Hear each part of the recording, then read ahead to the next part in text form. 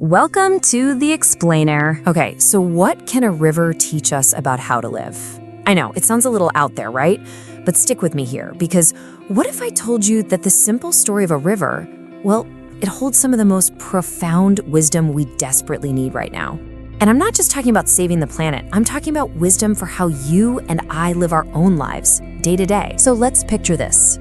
Imagine two rivers. First, you've got this natural one. It's kind of messy, it winds all over the place, it's dynamic, with deep pools here, shallow banks there. It's just teeming with life. It's alive. But then there's the second river. This is the one we humans decided to fix. We forced it into this perfectly straight, rigid concrete channel. The idea was to make it safer, right? More predictable. But what did we really end up creating? Well, it turns out our attempts to conquer the river, they often backfire. And I mean spectacularly. We get rid of the curves and bam, we've destroyed entire ecosystems. The fish, the wildlife, they just disappear. The ground can't even soak up water the way it's supposed to. And the real kicker?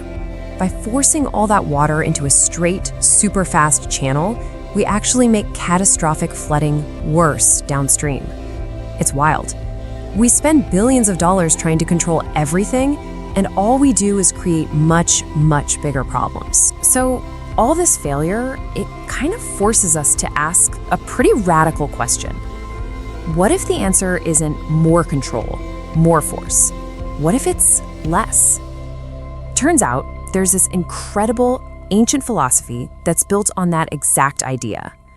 The idea of working with the natural flow of things instead of constantly fighting against it. And that brings us to this powerful concept, Wu Wei. Now, you might see it translated as non-action, but honestly, that's a bit misleading. It's not about being lazy or just doing nothing.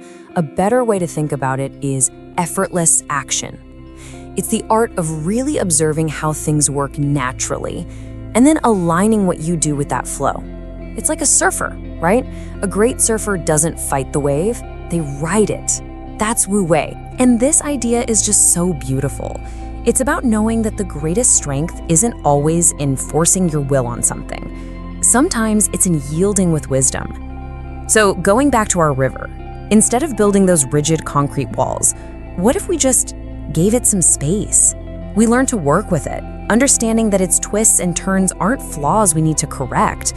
No, they're actually its greatest strength. And this isn't just some abstract philosophy, by the way. This approach is actually being used today. It's called soft water management. And it's pretty simple, really. First, you just take the time to understand the river's own nature.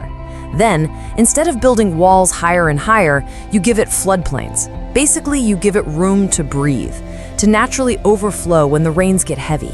You let it do its thing, like deposit that rich, fertile silt. You're basically helping it restore its own incredible ability to heal and manage itself. It's Wu Wei in action. And guess what? It's cheaper, it's way more effective, and it's truly sustainable. Okay, so this whole idea of yielding with wisdom, it doesn't just stop at the riverbank. It actually forces us to zoom out and see the much bigger picture, that unseen, intricate web of life that the river is a part of. Think about it. We have this tendency to see things in isolation. We see some weeds on the riverbank and we think, let's get rid of those. But we don't realize those weeds were the very things holding the bank together or providing a home for insects that the local birds need to survive. We get so focused on one little short-term gain that we end up pulling a thread that can unravel the whole tapestry. Every single thing we do has a ripple effect. And that's why this whole philosophy requires such a huge shift in how we see ourselves. It challenges us to stop thinking of ourselves as nature's master and start seeing ourselves as just one part of the web. We're not the spider at the center. We're just one thread among billions. Okay, so this is all really fascinating stuff when we're talking about rivers. But what about us? How do we take this big, beautiful idea and bring it into our own lives? How can you actually live like water? Well, it can start with something we do every single day: eating. Eating like a river. It just means flowing with the natural cycles around you. Eating with the seasons, choosing local foods when you can. It's about enjoying things when they're naturally available, instead of, demanding strawberries in the dead of winter. And it's about respecting the resources that went into your food by simply wasting less. And this same wisdom can flow right into our homes. Think about it. Embracing natural light and fresh air instead of constantly cranking the AC or heat. Choosing simple, natural materials that feel good. And just reducing the clutter. Cutting back on all that consumption. It frees up so much space, not just in your house, but in your head. Even something as small as putting a little plant on your windowsill can reconnect you to that natural flow. But maybe the deepest change of all happens in our own minds, thinking like a river.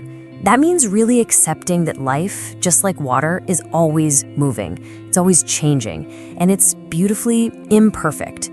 It's about finding the wisdom to know when to stop pushing so hard, when to stop forcing things and just be content. It's about realizing that a walk in the woods isn't just getting some exercise. It's plugging yourself back into that great web that holds everything together. And you know, there's a reason this ancient idea feels so incredibly relevant right now. It speaks directly to so many things we're all looking for. We want sustainability, we want mindfulness in our crazy, chaotic world, and we have this deep yearning for a simpler, more meaningful way to live. This hits all of those. And look, this isn't some new age trend. Make no mistake. For over 2,000 years, this philosophy has been a clear, quiet, powerful guide for people, a path to living in harmony with the world around us. It's ancient wisdom that has, somehow, never been more urgent than it is today. So when you boil it all down, the river teaches us that maybe we need to completely redefine what we think of as progress. Maybe it's not about building bigger, controlling more, or going faster.